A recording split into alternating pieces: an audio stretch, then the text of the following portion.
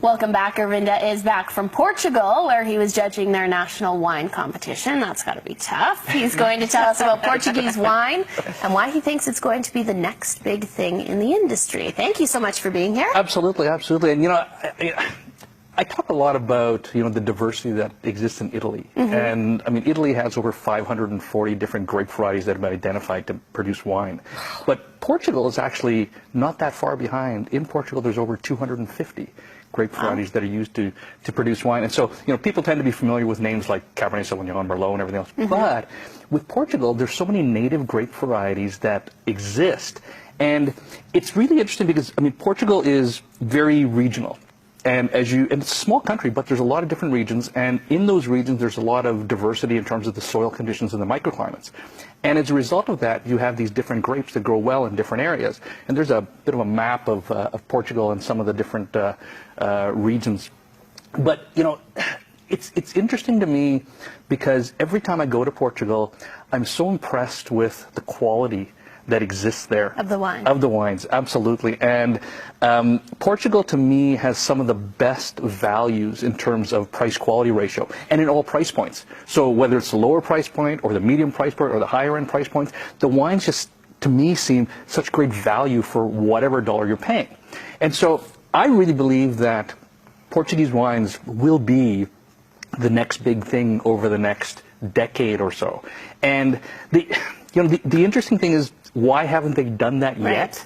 And I think part of it is, you know, the names of some of the grapes are unfamiliar to people, like Encruzado or Touriga Nacional. And so sometimes, you know, they're difficult to say, they're difficult to understand. Sometimes, you know, as with Italian wines, the grape variety isn't necessarily on the bottle because it's the region or the style of wine. Okay. So there's an unfamiliarity there. But also, you know, there's a lot of blends in Portugal. So again, people don't necessarily aren't familiar with those different types of wines. But I think with Portuguese producers, they really need to start to focus in on these indigenous native grape varieties, because that's what really makes their wines unique and different and separates them from all the, you know, generic mass stuff that you find on the shelves everywhere. So even though people wouldn't necessarily know it or recognize it, that's their way to get in. Absolutely, absolutely, because people are starting to more and more look for things that are unique. Yes. And whether it be on the food side of things or whether it be on the wine side of things, people want to know, you know, because wine should tell a story about where it's from, right? It should have that sense of place.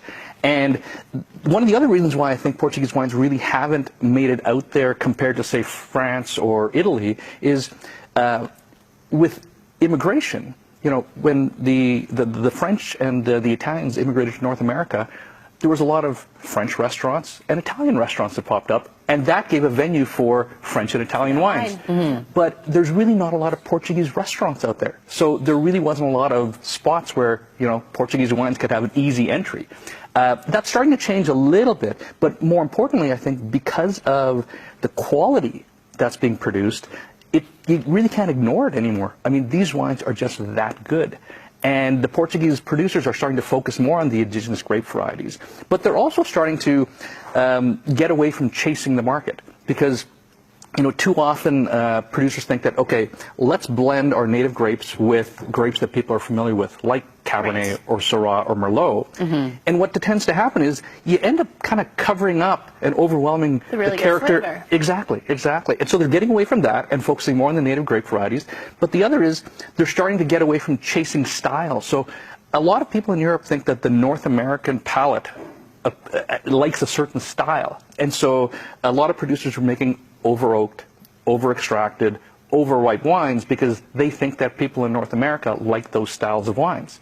And they're starting to back off that, because when you do that, you cover up, again, all sense of character of the wine itself. And so they're getting back to actually showcasing the vineyard site and the terroir and the grape varieties in the wines, and now that flavor is really starting to come out, that character is really starting to come out, and people are starting to recognize it now. So it's a really great thing. So, I mean, one of the things that is really important, I think, is for people when they go in to look for wines that are made with indigenous grape varieties in Portugal. So what are some of those? Well, some of those, like, for example, I mean, in the north, in Vinho Verde, I mean, Loureiro, which is a very floral, very pretty white wine, really nice. Alvarinho, which is rich and minerally and peach and citrus character to it. Can you compare these to something? Like for someone that, say, would really enjoy a Pinot Grigio, this would be more your style. Like, can you do that, in some ways, yes. Some ways, it's hard to necessarily compare grape varieties because they're so different. Right. But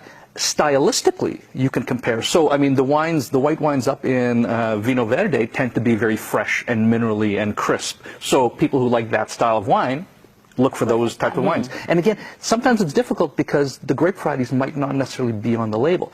But that's why it's important to go talk to people that are knowledgeable. So, I mean, some other grapes that people should look for, Touriga Nacional and Touriga Franca, which are two red grapes. And Touriga Nacional is such a pretty wine. I mean, it's got really floral aromas to it, but it's rich and it has a really good structure to it.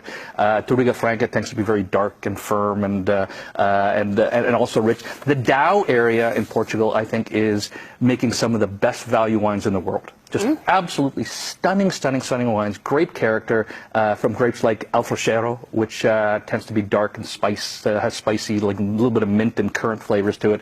There's a white grape in this area called Encruzado. And it could be very mouth-filling and very rich, but also very minerally, and ages really well. Very, very cool wine. And in the Bairrada area, there's this absolutely phenomenal red grape called Baga.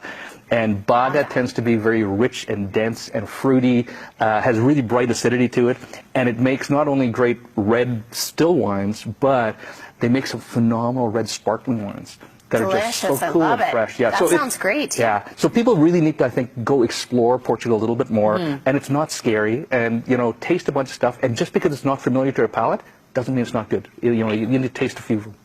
Thank you so much, Gurvinder. That was great. So for great wines, check out Unwind. Go to vinomaniawines.com/seasonal-selections, or you can follow Gurvinder on Twitter at Edmonton Wine Guy.